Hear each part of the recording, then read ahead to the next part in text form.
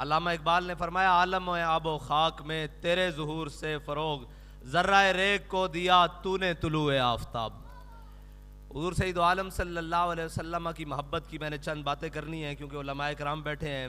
بڑی بڑی علمی شخصیات موجود ہیں، ان کے سامنے میری لب کشائی ایسے ہی ہے جیسے طالب علم کی حیثیت ہے، لیکن میں اوروں کا ہے پیام اور میرا پیام اور ہے، عشق درد مند کا طرز کلام اور ہے۔ علامہ اقبال فرماتے ہیں کہ حضور سید عالم صلی اللہ علیہ وسلم کی آمد سے پہلے مت کو یہ سمجھے کہ ہم نے چھوٹی بچیاں تھیں ان کو روک دیا۔ مولوی تنگ نظر ہوتے ہیں، مولوی ہرگز تنگ نظر نہیں ہوتے، مولوی غیرت مند ہوتے ہیں اور اپنی قوم کو غیرت مند بنانا چاہتے ہیں۔ بالکل یہ کوئی سمجھے کہ انہوں نے تنگ نظری کی ہے، چھوٹی بچیاں تھیں، بھائی چھوٹی بچیوں کا مسئلہ نہیں ہے، مسئلہ یہ ہے کہ ہم نے اس لیے رکوایا ہے کہ اقبال کہتا ہے سیرت فرزند ہاز امہات اور جوہر صدق و صفاء از امہات۔ اقبال کہتا ہے ہمیشہ یاد رکھنا ماؤں کی سیرتیں بیٹوں میں آتی ہیں، ماؤں کی سیرتوں سے بیٹے بڑے پیدا ہوتے ہیں۔ اقبال کہتا ہے تو کیا سمجھتا ہے امام علی مقام 72 لے کے کربلا میں گئے ہیں تو یہ امام علی مقام کا اپنا مقام ہے؟ وہ کہتا ہے ضرور ہے اپنا مقام، لیکن اس لیے گئے ہیں کہ وہ سیدہ کی گود میں پلے ہیں، وہ سیدہ کی گود میں تشریف لائے ہیں، اس لیے سیرت فرزند ہاز امہات، بیٹوں کی سیرتیں ماؤں کی وجہ سے ہوتی ہیں، ماؤں کی تربیت کی وجہ سے ہوتی ہیں، اور ہماری ان بچیوں نے قوم کی مائیں بننا ہے، اور ہمیں اس قوم میں ان بچیوں سے توقع ہے کہ ان کی گودوں میں کوئی صلاح الدین ایوبی کا غلام آئے گا، کوئی طارق بن زیاد کا غلام آئے گا، کوئی محمود غزنوی کا غلام آئے گا، کوئی جناب التمش کا غلام آئے گا، کوئی اورنگزیب عالمگیر کا غلام آئے گا، جو حضور سید عالم صلی اللہ علیہ وسلم کی امت کے لیے نشاط ثانیہ کا کام کرے گا۔ اور یاد رکھنا حضور سید عالم صلی اللہ علیہ وسلم کی محبت کائنات کا وہ واحد اثاثہ ہے جو انسان کو ہر دولت سے، ہر عشرت سے، ہر جاہ و جلال سے بے نیاز کر دیتا ہے۔ حضور سید عالم صلی اللہ علیہ وسلم کی محبت وہ واحد اثاثہ ہے۔ اگر اقبال کہتا ہے بمصطفیٰ برساں خیشرا کے دی ہم آؤس، اقبال کہتا ہے اگر آپ حضور سید عالم صلی اللہ علیہ وسلم کی ذات گرامی تک پہنچ گئے ہو تو بمصطفیٰ برساں خیش را کے دی ہم آؤس، کہتا ہے پھر تو نے دین سمجھ لیا ہے۔ گر بہو نہ رسیدی تمام بولابیس، کہتا ہے اگر تو نے حضور سید عالم صلی اللہ علیہ وسلم کی محبت کو اپنے دل میں نہیں بسایا تو تیرے اور ابو لہب میں کوئی فرق نہیں ہے، تو کون سے دین کی بات کرتا ہے؟ مختصر بات یہ کہ حضور سید عالم صلی اللہ علیہ وسلم کی ذات کو چھوڑ کر نمازیں پڑھنا، اور ذات کو چھوڑ کر روزے رکھنا، اور ذات کو چھوڑ کر حج کرنا، اور ذات کو چھوڑ کر نیکیاں کرنا، صرف دو باتیں۔ حضور سید عالم صلی اللہ علیہ وسلم کے اوپر جب احد والے دن اس دین متین کے لیے، جس دین کے لیے میرے آقا و مولا صلی اللہ علیہ وسلم کو دندان مبارک کو بھی نقصان ہوا، حضور سید عالم صلی اللہ علیہ وسلم کے جسم اطہر پر تلوار اور تیروں سے زخم بھی آئے، حضور سید عالم صلی اللہ علیہ وسلم کی خاطر حضرت طلحہ نے 70 زخم اپنے جسم پر کھائے۔ وہ بڑا مشکل دن حضور سید عالم صلی اللہ علیہ وسلم، جس وقت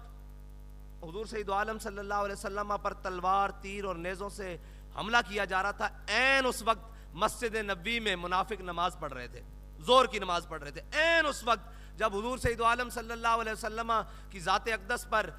کافروں نے حملہ کیا، لیکن عین اس وقت جس وقت حملہ کیا، حضرت شماس بن عثمان حضور سید عالم صلی اللہ علیہ وسلم کے گرد گھوم کر تمام تلوار، تیر، نیزے، بھالے اپنے جسم پر لے رہے تھے۔ حضرت شماس بن عثمان شہید ہو گئے۔ میرے آقا و مولا صلی اللہ علیہ وسلم نے 70 صحابہ کرام کا جنازہ ایسے سامنے رکھا۔ جب حضرت شماس بن عثمان کی باری آئی تو میرے آقا نے فرمایا میرے صحابہ شماس بن عثمان کا جنازہ نہیں پڑھا جائے گا۔ عرض کی یا رسول اللہ یہ تو مومن ہے، مسلمان ہے، اس کا جنازہ کیوں نہیں پڑھا جائے گا؟ میرے آقا و مولا صلی اللہ علیہ وسلم نے فرمایا شماس بن عثمان نے اپنی نبی کی عزت پر پہرا دے کر جنت میں وہ مقام حاصل کیا ہے کہ نماز جنازہ تو درجات کی بلندی کے لیے پڑھا جاتا ہے، جنت میں اس مقام پر شماس بن عثمان پہنچ گیا ہے کہ جنت میں اب اس سے آگے مقام ہی کوئی نہیں۔ یہ حضور کی ذات پر پہرا دینے کا ہے، اور منافق عین اس وقت میں نماز پڑھ رہے تھے حضور کو چھوڑ کر۔ پھر عبداللہ بن ابی کے لیے حضور نے اپنا کرتا بھی دیا،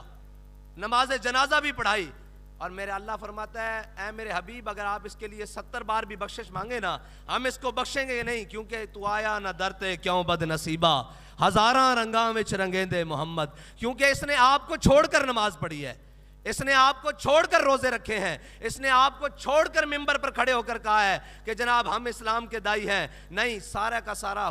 بمصطفیٰ برساں خیشرا کہ دی ہم آؤس، جنہوں نے حضور سید عالم صلی اللہ علیہ وسلم کی ذات کو مانا، رب نے کہا کہ ان کے نماز جنازہ پڑھنے کی ضرورت ہی نہیں، ان کو وہ مقام مل گیا۔ لیکن جو حضور کو چھوڑ کر نمازیں پڑھتے رہے، اللہ نے کہا ان کی بخشش ہی نہیں ہے۔ بس جو حضور کی ذات تک پہنچا وہی اسلام ہے۔ اور اسلام کی ماؤں نے یہ یاد رکھنا، آج یورپ،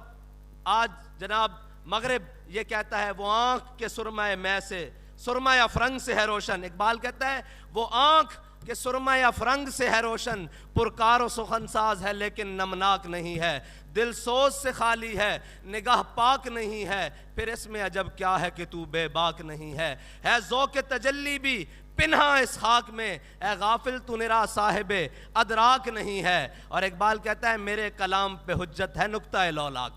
اقبال کہہ رہے ہیں میرے کلام پہ حجت ہے نقطہ لولاک، وہ مومن نہیں جو صاحب لولاک نہیں ہے۔ اور یہ آج آ کے مغرب کہتا ہے کہ ہم نے عورتوں کو آزادی دینی ہے، عورتوں کو آزادی اسلام دے کر گیا ہے۔ عورتوں کو آزادی کیا دی؟ حضرت جناب سیدنا فاروق اعظم ترجمان نبی ہم زبان نبی، جان شان عدالت پہ لاکھوں سلام۔ میرے آقا و مولا صلی اللہ علیہ وسلم نے فرمایا میرے بعد اگر کوئی نبی ہوتا تو عمر ہوتا، اور عمر ایسے آنکھ بھر کے سورج کو دیکھیں تو وہ بے نور ہو جائے۔ حضور سید عالم صلی اللہ علیہ وسلم کے جلال کا مظہر حضرت فاروق اعظم نے تمام اہل مدینہ کو جمع کیا، جمع کر کے کہا کہ میں دیکھ رہا ہوں کہ جناب تمام آپ لوگ اسراف کر رہے ہیں حق مہر دینے میں، شادیوں کے موقع پر حق مہر بڑے بڑے رکھ رہے ہیں، تو میں چاہتا ہوں کہ حق مہر کی جو تعداد ہے، جو پیسہ ہے، جو بھی معین، اس کو معین کر دیا جائے، نہ اس سے اوپر کوئی دے نہ اس سے نیچے کوئی دے۔ تو ایک خاتون مسلمانوں کی ماں ایک کھڑی ہو گئی، انہوں نے کہا عمر کون ہوتا ہے ہمارا حق مہر معین کرنے والا؟ اللہ اور اس کے رسول نے قرآن میں ہمیں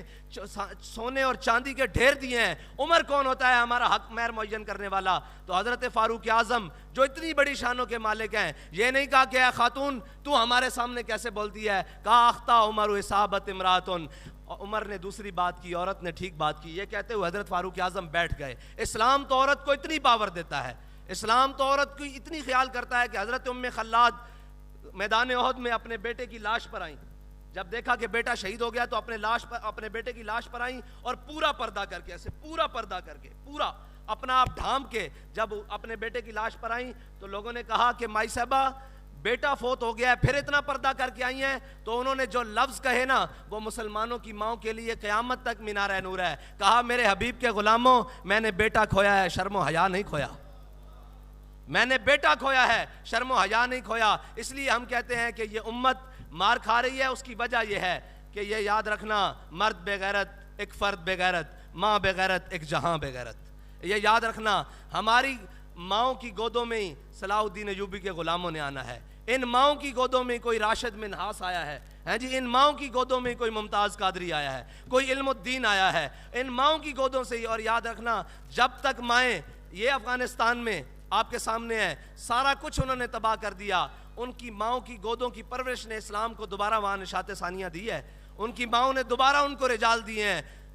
53 ممالک بنتے ہیں، 53 ممالک طاقت کا محور، اور جب کہتے تھے کہ ہم آپ کو پتھر کے دور میں بھیج دیں گے، یہ یاد رکھنا ماں پرورش کر کے بیٹے کو میدان میں بھیجتی رہی ہے۔ تو پھر اقبال کہتا ہے اللہ کو پامردی ہے مومن پہ بھروسہ، ابلیس کو یورپ کی مشینوں کا سہارا۔ ابلیس نے ساری مشینیں وہاں لائے، وہاں تو ایسے جدید آلات بھی لائے جو دیوار سے پار بھی دکھا سکتے تھے، بڑے بڑے جدید آلے، لیکن یاد رکھنا جب اللہ کی مدد آتی ہے نا تو اللہ کہتا ہے میں 1000 فرشتوں کے ساتھ، پھر 2000 فرشتوں کے ساتھ، پھر 4000 فرشتوں کے ساتھ، پھر فرماتا ہے انی معکم میں بھی تمہارے ساتھ ہوں۔ تحریک لبیک پاکستان کے مرکزی قائدین کے ویڈیو بیانات اور مزید اپڈیٹ حاصل کرنے کے لیے ہمارے YouTube چینل کو سبسکرائب کریں اور بیل آئیکن پر کلک کریں۔